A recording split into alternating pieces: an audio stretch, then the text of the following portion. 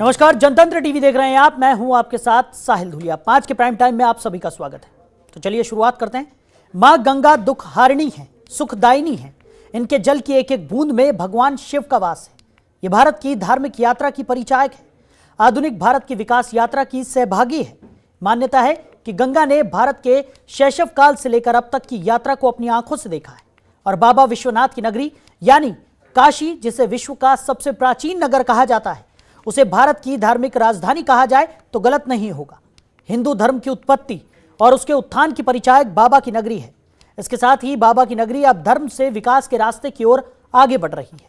अब तक सिर्फ धार्मिक पर्यटन और विश्वनाथ और मां गंगा की आरती के लिए लोगों को आकर्षित करने वाला यह पुरातन शहर अब विकास के नए आयाम लिख रहा है। 2014 में पीएम मोदी के सत्ता की बागडोर संभालने और यहां से निर्वाचित होने के बाद काशी अब वाराणसी के रूप में बदल गई है। सुगम रास्ता, बाबा के दर के लिए कॉरिडोर, विहंगम गंगा आरती, क्रूज और अन्य धार्मिक स्थलों का विकास इसकी गवाही देता है। लेकिन धार्मिक स्थलों के साथ साथ अब काशी को विकास की नई दौड़ में जोड़ने का काम हो रहा है। नए नए फ्लाईओवर्स, कन्वेंशन सेंटर्स, रोजगार के नए मौके। 2022 की जंग से पहले पीएम मोदी लगातार अपने संसदीय क्षेत्र में फीते काट रहे हैं और सौगातें दे रहे हैं। काशी से जो संदेश पीएम देना चाहते हैं वो है कि धर्म के साथ साथ यूपी विकास की राह पर आगे बढ़ रहा है। लेकिन पीएम का कार्यक्रम सिर्फ फीता काटने तक ही सीमित नहीं है, बल्कि पीएम मोदी विपक्ष पर निशाना साधने का कोई मौका नहीं छोड़ रहे। हर रैली में उनका निशाना समाजवादी पार्टी और कांग्रेस पर होता है। अभी तक पीएम को औरंगजेब, मेरठ, मुजफ्फरनगर का नाम लेकर विपक्ष को घेरते हुए देखा गया था, लेकिन आज उन्होंने गौ माता का मुद्दा उठाकर विपक्ष पर एक और वार किया। पीएम ने कहा कि कुछ लोगों के लिए गाय गुनाह होगी, हमारे लिए तो माता है। यानी चुनाव की घोषणा से पहले बीजेपी फिर उन्हीं मुद्दों को गरमा रही है जिनसे उन्हें पिछले चुनाव में सफलता मिली है।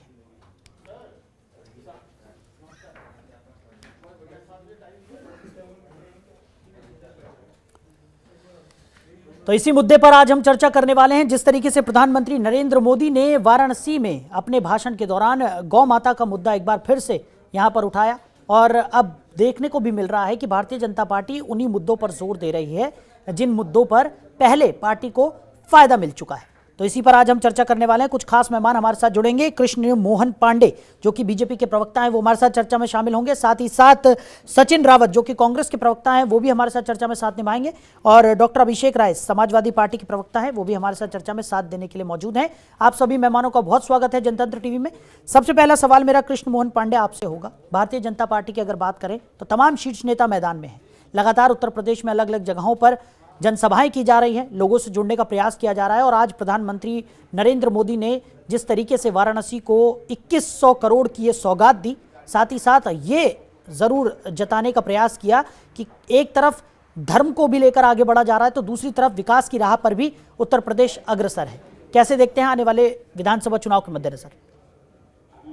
देखिए, भारतीय जनता पार्टी कभी व्यक्ति के एक विशेष दिन पे कोई कार्य, कोई सभा, कोई भी समारोह नहीं करती है। भारतीय जनता पार्टी 365 दिन और 24 घंटे भारतीय जनता पार्टी के कार्यकर्ता जनहित के लिए जो भी बेहतर कार्य हो सकता है, समाज के दबे कुचले वंचित अल्पसंख्यक जिनके लिए भी है, जो समाज में सबसे अंतिम व्यक्ति खड़ा है, उस अंतिम व्यक्ति के लिए पंडित दीनदयाल उपाध्याय जी के विचारधारा अंत्योदय को लेकर भारतीय जनता पार्टी के कार्यकर्ता पहुंचता रहता है। और इसके लिए आप देखेंगे कि भारतीय जनता पार्टी की सभा, संगोष्ठी, संगठन की बैठक एक दूसरे से चर्चा परिचर्चा करते हुए और समाज के उन्नयन के लिए जो बेहतर कार्य हो सकते हैं वो सदैव करते रहते हैं। इसमें कहीं एक चुनाव में आके चुनाव आया तो हमारे झंडे पोस्टर दिखने लगे और उसमें चुनाव समाप्त हो गए तो हमारी सारी व्यवस्था समाप्त हो गई, ऐसा कुछ नहीं है। भारतीय जनता पार्टी, हाँ, वर्तमान में हमने यात्राएं शुरू की है, हमने बैठकें शुरू की है, तो उसके पीछे उद्देश्य यह है कि 5 वर्ष में इस देश की, इस उत्तर प्रदेश की जनता ने जो आशीर्वाद देकर हमें इस उत्तर प्रदेश की सत्ता पर बैठाया था और उसने जिस तरह से सेवा करने का भी मौका दिया था, हमने 5 वर्षों में जो सेवा की है उस सेवा का रिपोर्ट कार्ड हम जन विश्वास यात्रा के साथ जनता के बीच में जा रहे हैं और जनता से कह रहे हैं कि आपने कहा हम सेवक है और 5 वर्षों में जो हमें आशीर्वाद दिया था उसके लिए जो भी आपके सेवाएं हमने की है वो हमारा इसका रिपोर्ट कार्ड है। तो हमारी जो सभाएं हो रही है, जो जन विश्वास यात्रा निकली है, ये सारी चीजें जनता को उसका रिपोर्ट कार्ड प्रस्तुत करने के लिए भारतीय जनता पार्टी का कार्यकर्ता जा रहा है। ठीक है, लेकिन कृष्ण मोहन पांडे जी, यहाँ पर अगर बात की जाए तो तमाम वो मुद्दे भी यहाँ पर निकलकर एक बार फिर से सामने आ रहे हैं जिन मुद्दों से पहले भारतीय जनता पार्टी को फायदा पहुंचा है। आज गाय की बात भी यहाँ पर प्रधानमंत्री नरेंद्र मोदी ने कर दी। गौ को माता, यहाँ पर जिस तरीके से लगातार भारतीय जनता पार्टी से गौरक्षा अभियान की बात कर लें या फिर जिस तरीके से तमाम जो राजनीतिक मुद्दे हैं जिनसे भारतीय जनता पार्टी को पहले भी फायदा पहुंच चुका है, वो तमाम मुद्दे एक बार फिर से निकल कर सामने आ रहे हैं। उस पर सवाल था मेरा। भारतीय जनता पार्टी, आपको बता दूं कि भारतीय जनता पार्टी का सिद्धांत और विचारधारा एक निहितार्थ है, निहित है और वो सर्वव्यापी है। जो भारतीय जनता पार्टी की पूर्व विचारधारा है वो आज भी है और आगे भी रहेगी। दूसरी बात, गाय हमारे भारतीय जनता पार्टी, सिर्फ गाय भारतीय जनता पार्टी की नहीं, हिंदू अस्मिता का प्रश्न है। गाय भारतीय, इस 80% भारत में रहने वाले हिंदुओं के वो अस्मिता का प्रश्न है। और गाय की सेवा, गाय हमारी माँ है, हमने गाय को मां माना है, गाय हमारी हिंदुओं की अस्मिता है। और रही बात मंदिर की, तो इस देश में 80% हिंदुओं के आस्था का विषय राम मंदिर, आस्था का विषय कृष्ण मंदिर, आस्था का विषय काशी विश्वनाथ। क्या विकास का मानक सिर्फ रोड बनवा देना, खंबे खड़ा कर देना ही विकास का मानक नहीं होता है। सामाजिक विकास, आर्थिक विकास, राजनीतिक विकास के साथ साथ धार्मिक और सांस्कृतिक विकास भी होना चाहिए। ठीक है और उसके लिए भारतीय जनता पार्टी प्रतिबद्ध है।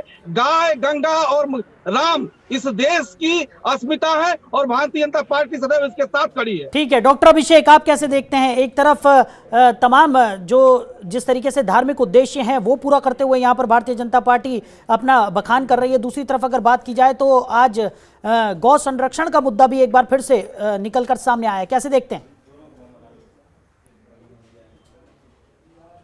देखिए साहिल जी, इनकी कथनी करने में हमेशा अंतर रहा। आज माननीय प्रधानमंत्री जी वाराणसी में थे और अयोध्या की बात नहीं कही, जहां इनके अधिकारियों ने लैंडस्केप में अभी घोटाले कर दिए और माननीय मुख्यमंत्री जी को उसके ऊपर जांच बैठानी पड़ी है। तो इनकी कथनी और करनी में हमेशा अंतर रहा।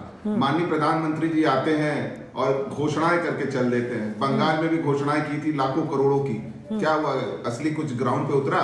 तो ये चुनाव है, चुनाव के वक्त ये घोषणाएं करते रहेंगे।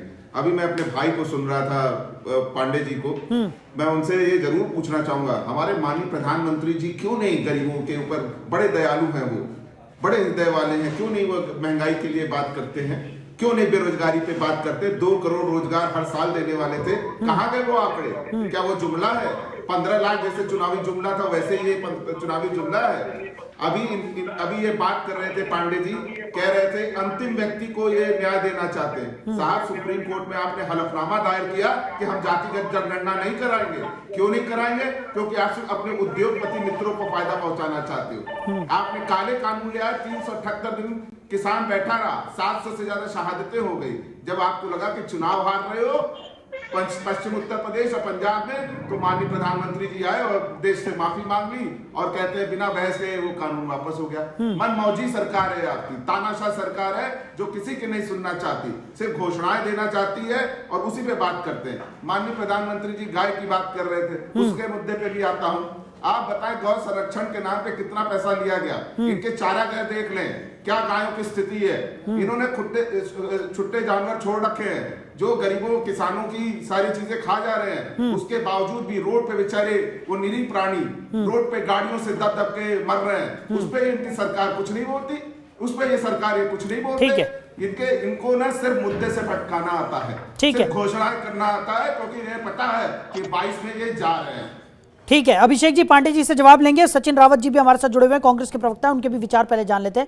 सचिन जी, आप कैसे देखते हैं? एक तरफ धार्मिक आयोजन यहां पर किए जा रहे हैं एक के बाद एक, और उसके साथ साथ विकास की जो गति है उसको लेकर भी भारतीय जनता पार्टी लगातार जनसभाएं कर रही है, रैलियां कर रही है, लोगों के बीच जा रहे हैं, कैसे देखते हैं आप? देखिए साहिल जी, 2-3 बातें अभी कृष्ण मोहन पांडे जी के मैं सुन रहा था।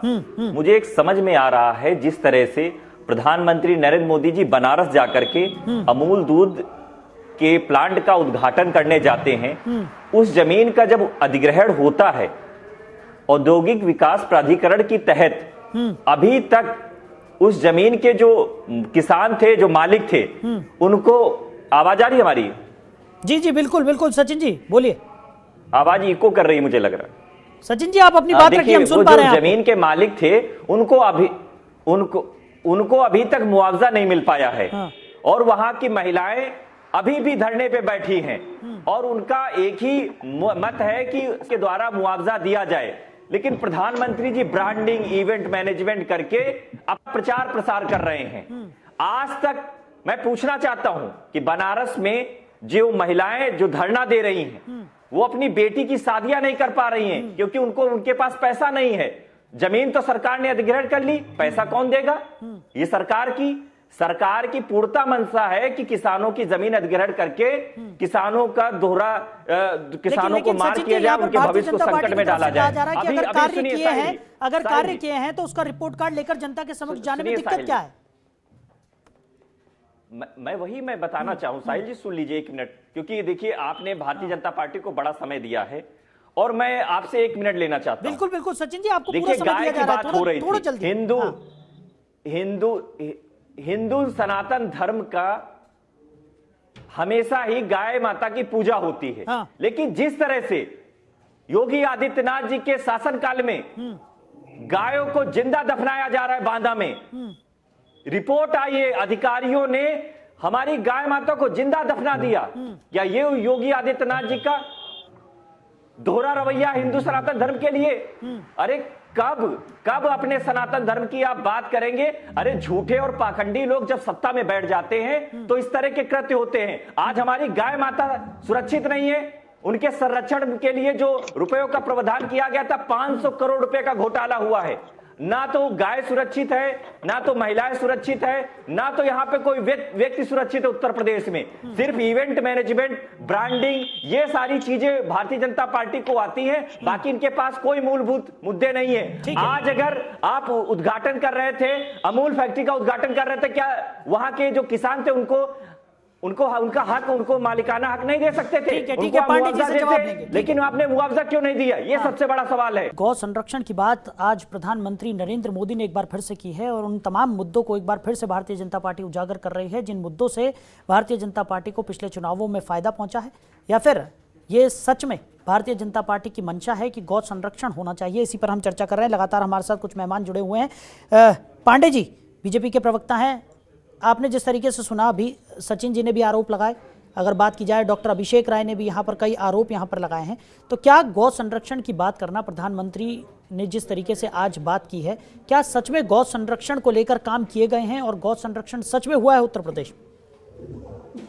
देखिए, गौ संरक्षण की जहां तक बात है इस उत्तर प्रदेश में, तो यही उत्तर प्रदेश है जहां पे कि गाय और उनके बछड़े और गाय जो भी मतलब गाय से संबंधित बछड़ी हो, बछिया हो, बछड़ा हो या गाय हो, कैसे 100, 200, 500 में ले जाकर और स्लॉटर हाउस में काट दी जाते थे, जिसको हम माँ कहते हैं, हमारी जो हिंदू धर्म की अस्मिता से जुड़ी हुई माँ है, उसको कटवा कर, और ये लोग कटवा के और बेचवाने वाले लोग हैं, ये लोग तस्करी करने वाले लोग हैं। आज जब गौ संरक्षण के नाम पर जगह जगह पर मतलब बछड़ों के रोकने के लिए, गायों को रखने के लिए, उनके भोजन पानी की व्यवस्था जब इस उत्तर प्रदेश में किया जा रहा है, तो इन लोगों को अपराध हो। मैं पूछना चाहता हूं कि बांदा में जिंदा गाय क्यों दफनाई गई? बताइए, इसका जवाब दीजिए कृष्ण मोहन, इसका जवाब दीजिए। जिंदा गाय क्यों दफनाई गई? अरे कब तक झूठे पाखंडी लोग हैं, भारतीय जनता पार्टी के लोग झूठे कभी माफ नहीं करेगा, क्योंकि आप जिंदा दफनाया जा रहा है। योगी आदित्यनाथ जी के शासनकाल में आपको माफ नहीं किया जाता है। अरे झूठे लोग, फरेबी लोग कब तक अपना चेहरा छुपाओगे? हिंदू सनातन धर्म में कभी ऐसा नहीं हुआ कि जिंदा गाय दफनाई गई है, जिंदा गाय दफनाई गई है। अरे जिंदा गाय दफनाई गई, आपके विधायकों के सेनेटर हाउस, जब उनको भोजन दिया जा रहा है, संरक्षण दिया जा रहा है और इनकी तस्करी बंद हो रही है, इनका एक व्यापार बंद हो रहा है, तो इन समाजवादी और कांग्रेसियों को कष्ट हो रहा है, दर्द हो रहा है। इस बात को उत्तर प्रदेश की जनता ठीक है सचिन जी, कृष्ण मोहन जी, शांत हो जाइए, समय हमारे पास कम है। इस तरीके से अगर आप चिल्लाएंगे तो किसी की भी बात नहीं पहुंच पाएगी। हाँ, कि जिंदा गायों को मैं तो पूछ रहा हूं, जिंदा गायों को क्यों दफनाया जा रहा है? स्लॉटर हाउस सबसे ज्यादा भारतीय जनता पार्टी के विधायकों, पांडे जी जल्दी से, यहाँ पे झूठा पाखंड रच रहे हैं। ठीक है सचिन जी, आप जवाब ले लीजिए ना, आपने अपनी बात रख दी। ठीक है सचिन जी, ये सिर्फ ध्रुवीकरण की, ठीक है सचिन जी, आप सुन लीजिए। पांडे जी, करपात्री महाराज पर गोली चलवाने वाले लोग हैं, ये वही लोग हैं जो करपात्री महाराज पर गोली चलवाते हैं। गौ संरक्षण की बात की जाती है तो शर्म आनी चाहिए कांग्रेस को। अरे भैया, गाय पे बात हो रही है तो गाय को जिंदा क्यों दफनाया जा रहा है? अरे शर्म आनी चाहिए, शर्म आनी चाहिए यहाँ पे। चलिए ठीक है, इस तरीके से नहीं। सचिन जी, कृष्ण मोहन जी, हमारे पास समय बेहद कम है। डॉक्टर अभिषेक, आप अपने फाइनल कमेंट जल्दी से। ठीक है पांडे जी, शांत हो जाइए, पांडे जी।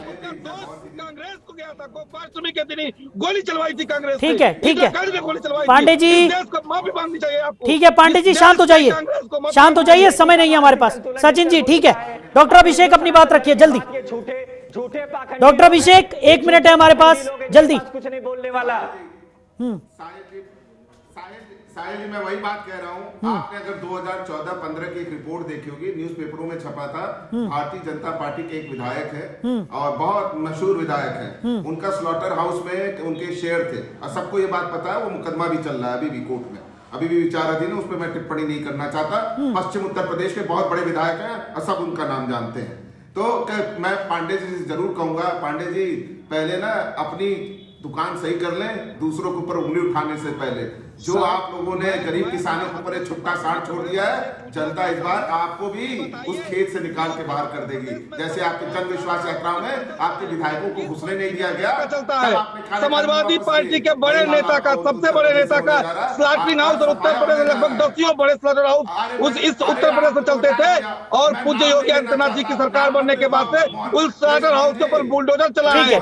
और यही दर्द है, यही दर्द है समाज। चलिए ठीक है, समय की कमी के चलते हमें इस चर्चा को यहीं विराम देना होगा। आप सभी मेहमान हमारे साथ जुड़े और अपना कीमती समय हमारे साथ साझा किया, इसके लिए आप सभी का बहुत शुक्रिया।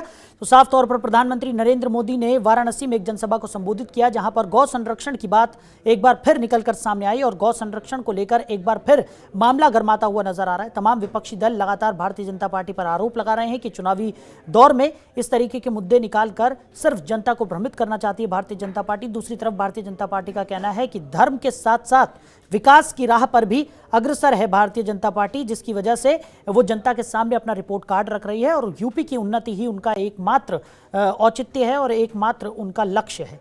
तो आने वाले विधानसभा चुनाव में किस पार्टी को फायदा मिलता हुआ नजर आता है, ये तो देखने वाली बात होगी। फिलहाल इस खास पेशकश में मेरे साथ इतना ही। बने रहिए और देखते रहिए जनतंत्र टीवी। नमस्कार।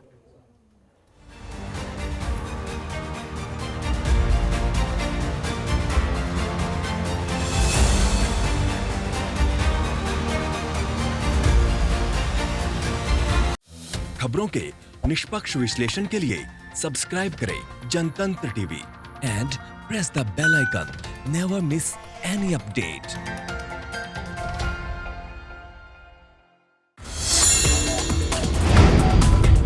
Download the Janatantra TV app, available on Google Play and App Store. Download it now.